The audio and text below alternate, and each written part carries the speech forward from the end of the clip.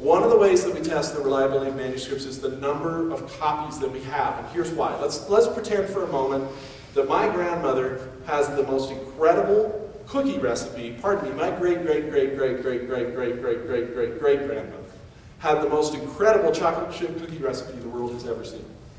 Okay? You with me on that? You like chocolate chip cookies? Yeah. All right. And she wrote it down. She wrote down one copy. But we don't know. That original has been lost in the annals of time. It's long gone. All we have is the copies that have been passed down from generation to generation as people wrote out the recipe by hand. And my grandmother's very strange, and she said, if you ever Xerox my cookie recipe, it will become null and void, and will only make bad tasting cookies. So we only handwrite every copy of my grandmother's recipes, right? Well, here's the deal. How do we know that the copy that I have today is actually what my grandmother wrote? What if my great-great-great-great-great-grandmother, I'm just going to call her my grandmother, what if my grandmother wrote 1 teaspoon of sugar and you're supposed to put 1 tablespoon of sugar? I don't know how many cookies, that's probably ridiculous numbers anyway, but just bear with me, would you? Cup of sugar. What if it says what if she said 1 cup of sugar and my copy says 1 teaspoon of sugar? And I don't know much about cooking. So how do I know where's the problem? How do I know what is accurate? Well, one way to do it is the more copies you have, the more cross-referencing you can do, right? In other words, if we have 800 copies that have been handed down through times, we can compare them, and if 750 of them say a cup, and 50 of them say a teaspoon, we have a pretty good guess that cup is the right answer. But what if we only have 2 copies? It gets harder, doesn't it? It's more difficult. The more copies you have, the better able you are to tell if there are errors or not. The fewer copies you have, the less able you are to tell. Does that make sense? This is what we do with ancient manuscripts. How many copies do we have that go back a long time? How many old copies do we have? The more we have, the more reliable we can trust the data. So, what I'd like to do, I'm trying to email something to myself. I'm not really, apparently I thought I was.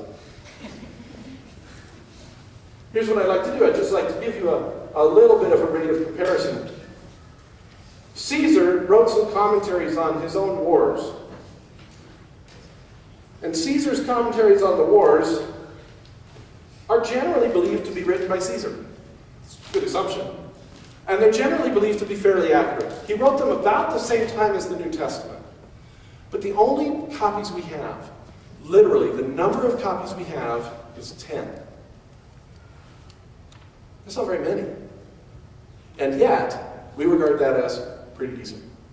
That's pretty reliable. To find 10 copies, that's pretty good. We'll go with that.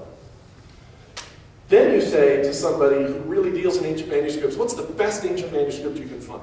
It's not talking about the Bible, because we know there's all sorts of religious questions and bias. But aside from that, what's the most reliable ancient manuscript you can find? And they'll say, well, Homer is actually pretty good. Homer's Iliad is up there near the top. How many copies of Homer's Iliad do we have? About a reading paper, about 500. That is significantly better than 10.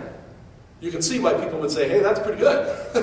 We can do a lot of cross-check on this. This is good stuff.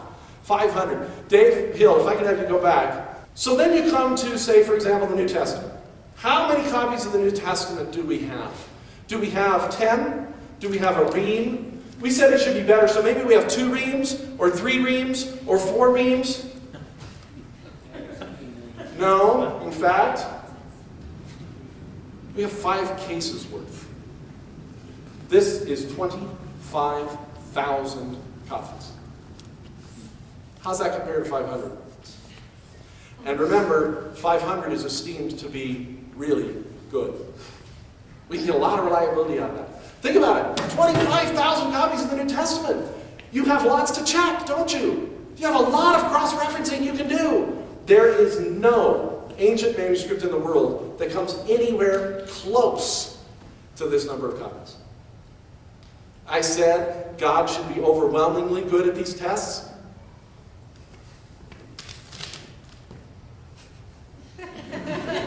Does that look like God? That looks like God to me. I mean, isn't that awesome? It's exactly what you... Thank you, God, for making it so clear to us. We don't have to worry. We don't have to question. All right, but that's not the only test. I'll leave these here as a reminder. Second test we do is the age of the copies. Now this makes perfect sense too. Let's say that we have 800 copies of my grandmother's recipe, but they were all made yesterday. Well, okay, that doesn't do us a lot of good, does it? The closer they are to the original manuscript, the more reliable they are, because they've had fewer copies to go through. Right? Does that make sense? All right. Well, I want to show you something. Let's pretend, and in ancient manuscripts, it's measured by years, not days. We don't have copies that were made 2 days after the ancient manuscripts. We just don't have that in anything. That would be ridiculous. It's measured in years. I'm going to start over here in this corner.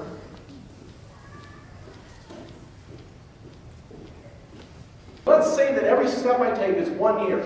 All right? So the original New Testament manuscripts are written here in this corner. All right? How many years away is the earliest copies that we have? Okay? 1, 2, 3, 4, 5, 6, 7, 8. I'm going to have to walk right through Jeff Meredith here. 16, 17, 18, 19, 20, 5, 6, 7, 8, 29, 30. I haven't even left the building. And this is, can you believe it? Think about this a second. We have copies of portions of the New Testament which are 30 years of the original writing. You know what that means? It means the people who wrote them, in some cases, were still alive. That means Grandma can say, no, you copied that wrong. That's not what I said. And they can correct it, right? Grandma can say, that should be a cup, you idiot, instead of a teaspoon. My great-great-great-great-great-grandma was that. Okay, well let's examine some others, all right? Now I got a live camera. You see Daniel's not in here, it's because he's waiting outside for me today. So I got a little camera feed for you. I'm going to walk outside. We're going to check some other manuscripts. We'll check on Caesar's wars. We talked about Caesar's commentaries. Written about the same time as the New Testament, so we should have similar age issues. So we'll see how far that is, and then maybe we'll give something like Plato a shot, all right? So here we go. I'm going to head outside. I'll let you know how we're doing here.